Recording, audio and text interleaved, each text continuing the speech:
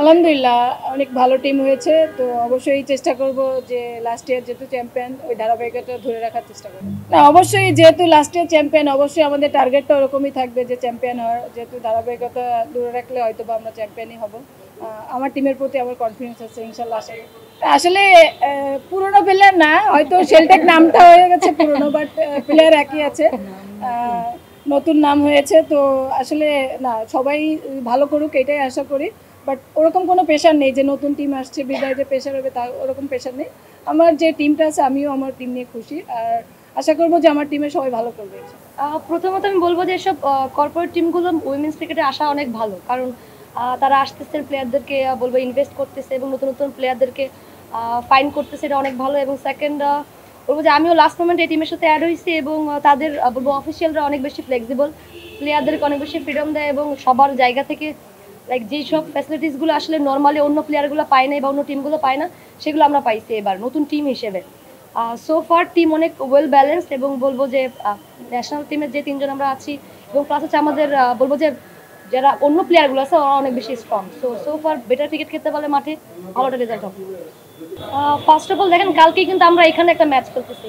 So আমি আমার বলে প্লেয়িং কেরিয়ারে আমার কাছে মনে হয় আমি লাইফে একবারই ম্যাচ খেলছিলাম, সেটা মনে হয় 2011 সালে লিগের কোনো ম্যাচ। সো এই ক্ষেত্র থেকে এটা কিন্তু একটা বলবো যে গুড ইনিশিয়েটিভ প্লেয়ারদের জন্য, এবং আরও ম্যাচ যেন হয় সেটাও আমার আশা থাকবে।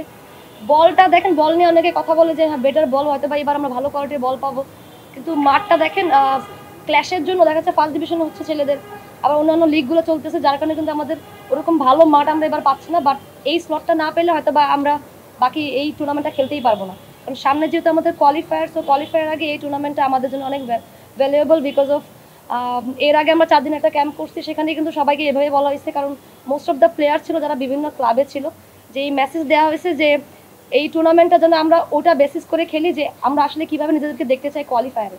সো এখানে যেন বেটার ক্রিকেট খেলতে পারে যেন সেটা ইম্প্যাক্ট আমাদের কোয়ালিফায়ারে পড়ে।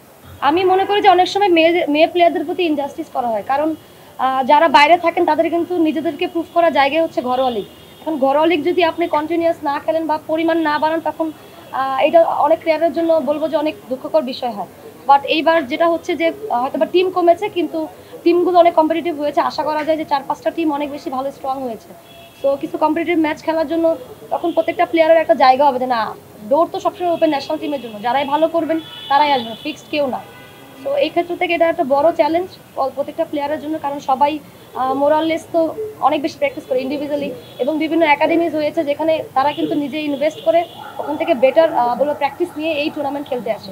তো তাদের জন্য অনেক বড় একটা অপরচুনিটি যে নিজেদেরকে মেলে ধরার। এবং আমার কাছে মনে হয় সোফার যেভাবে আমরা ম্যাচগুলো যদি খেলি, যেই ওয়েতে যেই আশায় আমরা আসলে এই টুর্নামেন্টে স্টার্ট করছি বা উইমেন্স টিম স্টার্ট করছে, সেটার জন্য আসলে আমরা দেখতে পারি। টিমটা নিয়ে আমি খুব আশাবাদী এবং আমি খুব হ্যাপি এই টিমটা সাডেন টাইমে যে এত সুন্দর একটা টিম হয়েছে।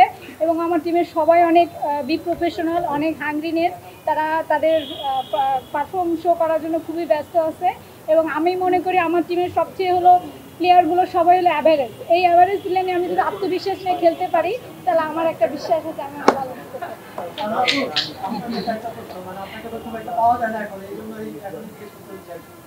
না আসলে এখনো ওইভাবে কোনো ডিসিশন নিইনি আমি এখনো, তো আরও 2 বছর হয়তো বা খেলবো, তারপরে হয়তো ডিসিশনটা নিব যে আসলে পরবর্তীতে কী করবো।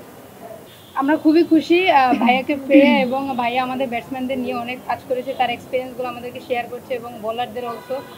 তো ভাইয়া তার এক্সপিরিয়েন্স যতটুকু আছে এবং আমাদের ন্যাশনাল টিমের প্লেয়ার যারা আছে তাদেরকে একসাথে বসে সবাইকে নিয়ে কথা বলছে, তাদেরও শেয়ার করছে, আমাদেরটাও শুনছে। তো আমরা বিশ্বাস যে ভাইয়ারও বিশ্বাস, সবারই বিশ্বাস আমাদের যে ভালো একটা ফাইট দিতে পারবে, এবং আমার টিম নিয়ে আমি খুশি।